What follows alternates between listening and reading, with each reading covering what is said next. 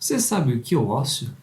Quando a gente fala de ócio na nossa sociedade, a gente continua sem compreender ele, porque são vários, usos e significados dessa palavra ócio. Ele é um termo que ele é utilizado com diferentes determinações e aceitações em várias línguas. Então vê se faz sentido. O ócio ele não pode ser determinado como um tempo, e nem como um conjunto de atividades. Ele na verdade é uma atitude pessoal que a gente toma.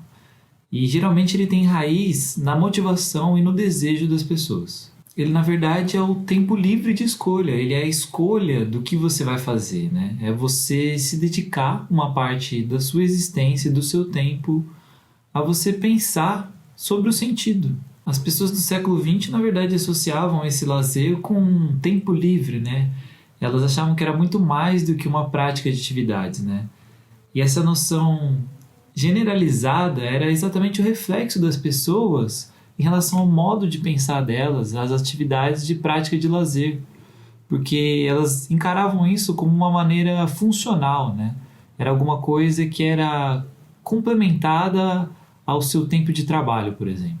E foi essa situação que levou ao desenvolvimento do entretenimento e da diversão em massa, que foi sendo convertido em um negócio internacional com um interesse muito grande. E é nesse contexto que se faz necessário a gente diferenciar as práticas de lazer e o ócio.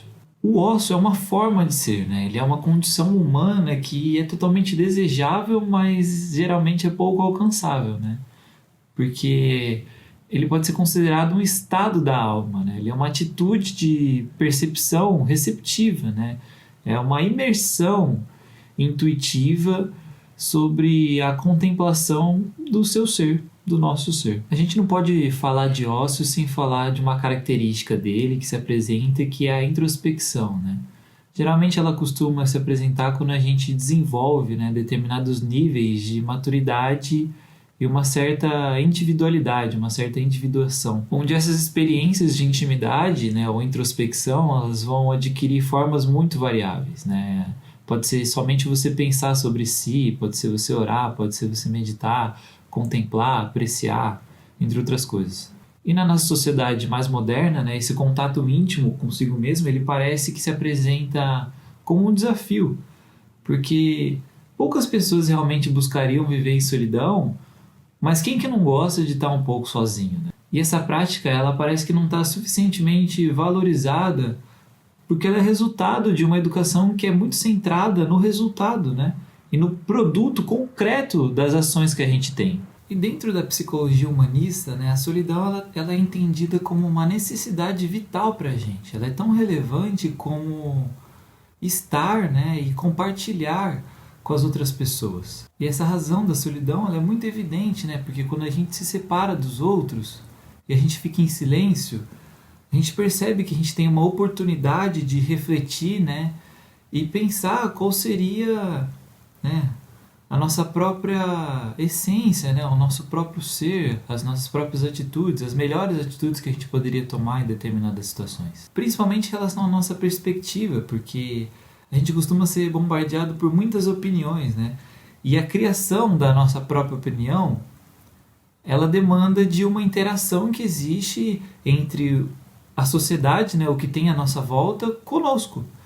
Então esse tempo de solidão, esse tempo de silêncio, ele pode ser essencial nesse âmbito da gente criar essa perspectiva e realmente tomar uma opinião sobre o que está acontecendo ao nosso redor. E hoje em dia a gente já encontra diversas experiências específicas que são reconhecidas, tanto pela ciência quanto pelo senso comum, que facilitam esse nosso contato com nós mesmos, esse contato íntimo consigo mesmo. E que podem ocorrer de diversos modos, diversos métodos, sendo mais estruturados ou não, mas que costumam estar sempre associados a algum tipo de relaxamento, Então, eu estou falando do yoga, estou falando da meditação, a oração, a contemplação, da natureza, entre outras coisas. E essa experiência de relaxamento é que pode clarear as nossas ideias, e a gente repensar alguns valores na medida que a gente vai se libertando desse comportamento automatizado que a gente tem durante a nossa vida cotidiana. E esse relaxamento em alguns níveis um pouco mais profundos e frequentes, ele pode ser uma porta de entrada para um autodescobrimento, um autoconhecimento. Principalmente quando as pessoas vão se libertando desses hábitos mentais e automatismos, né, que a gente tem no nosso cotidiano. Quando a gente entra nesse estado de silêncio, né, interior e essa tranquilidade. Porque assim, abordando a psicologia da meditação, ela costuma explicar que meditar, em quase todas as técnicas, seria a gente estimular a atenção concentrada, né, em algum objeto, né, seja ele imaginário, seja a nossa própria respiração, né, seja uma palavra, enfim, com uma função da gente sempre recordar esse centro, né, o centro do indivíduo, né, o nosso núcleo do nosso ser. E dentro dessa perspectiva a gente pode entender, né, essa proposta das técnicas meditativas nesse ambiente mais psicológico, que seria, né, concentrar-se, né? Ou seja, a gente centrar-se em si mesmo. Então, quando a gente se refere ao ócio, a gente não precisa pensar exatamente nessas situações que são mais usuais, né? A gente não precisa pensar nas práticas esportivas, a gente não precisa pensar nas práticas turísticas e artísticas. A gente pode trazer para uma coisa muito mais comum e simples. Então, esse desenvolvimento, né, humano, ele é considerado um dos principais benefícios do ócio, né? Porque ele dá a gente a possibilidade da gente desenvolver habilidades cognitivas, afetivas, sociais, né, que vão resultar numa maior complexidade psicológica nossa, né? E aí vai implicar que a gente tenha uma maior diferenciação, uma maior autonomia, né, uma maior habilidade individual pessoal, que vai desenvolver a nossa integração, a nossa participação no meio social e também no meio cultural. Então, estar em ócio não é não fazer nada, né? Estar em ócio é uma escolha, né, em não fazer nada, né? Ela é uma possibilidade transformadora, né, de reflexão, onde a gente se coloca realmente como objetivo principal, onde a gente vai estar buscando o desenvolvimento do nosso ser, né, enquanto indivíduo, buscando diminuir esse ruído que existe pela comunicação tecnológica, né, e social, que muitas vezes é muito excessivo dentro dessa perspectiva.